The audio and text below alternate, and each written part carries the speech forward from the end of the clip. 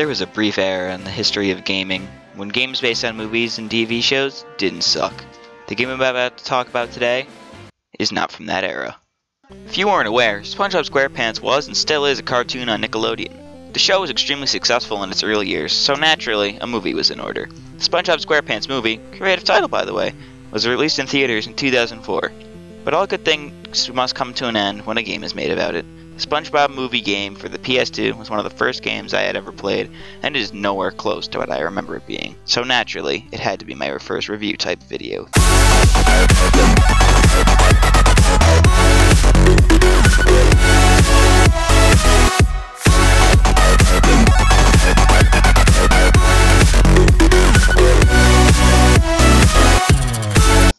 So the game starts off with SpongeBob arriving at a crime scene with the Krusty Krab, much like the first scene of the movie.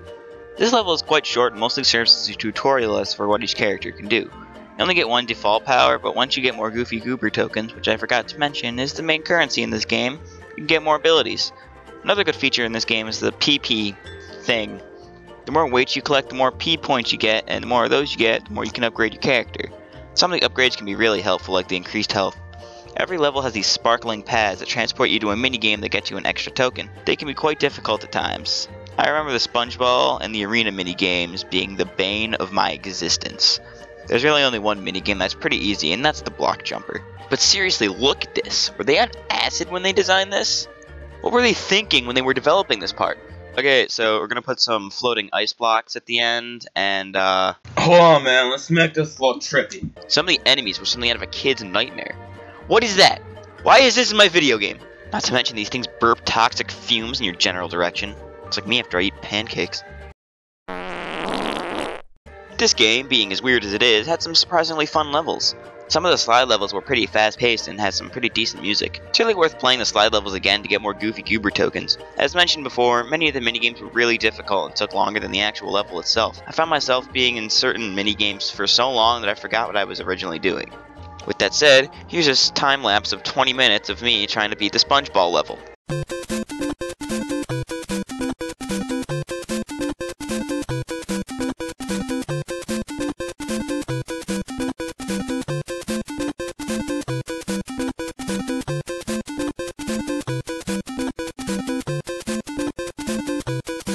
I think you get the point. I suck. The game isn't too hard up until the Now That We're Men level. I remember not being able to beat the dentist boss fight when I was a kid. Even when getting footage for this video, I was screaming my head off at the first boss fight with this guy. Oh boy. Okay, got one Krabby Patty left. That's a what? What? We gotta see that in instant replay.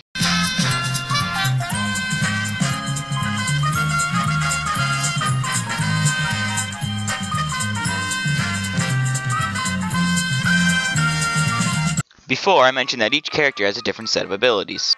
SpongeBob's attacks are more ranged, and Patrick's are more physical. They both have the spinny slap face attack thing. SpongeBob has the upwards punch, sponge bowl, and the guitar blast thing. Patrick has the cartwheel, the throw, and the bash. If you know the show like I do, we all know that that's supposed to censor a certain word. It's kinda obvious given the context. Here's a picture of a watermelon. All in all, the gameplay is great. The controls are not slippery at all, and SpongeBob and Patrick's abilities control quite well. As I mentioned before, the levels are really easy up until the Now That We're Men level. There was a huge difficulty spike here for whatever reason.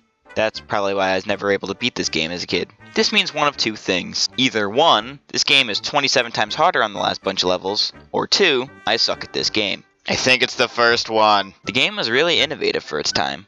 It took having to go back to a level you've already completed but with a new ability to the extreme. Games like Mario 64 did this, but not to the extreme of SpongeBob. It gets you thinking, hey, I'm probably gonna need that later. I remember that I didn't know how to save the game as a kid, so I was never able to get very far. I was like a god doing the first 4 levels, but then after that I flipped a chair over or something because of this thing. What is this even supposed to be? Well, apparently the wiki doesn't know either, so I guess we'll never know. I'm quite convinced that these guys are the hardest enemies in the entire game, or in any game ever. If you get too close, they laser you to death and it's pretty much a one-shot kill. I can tell that they didn't try very hard with the victory animations. The lips don't even match up.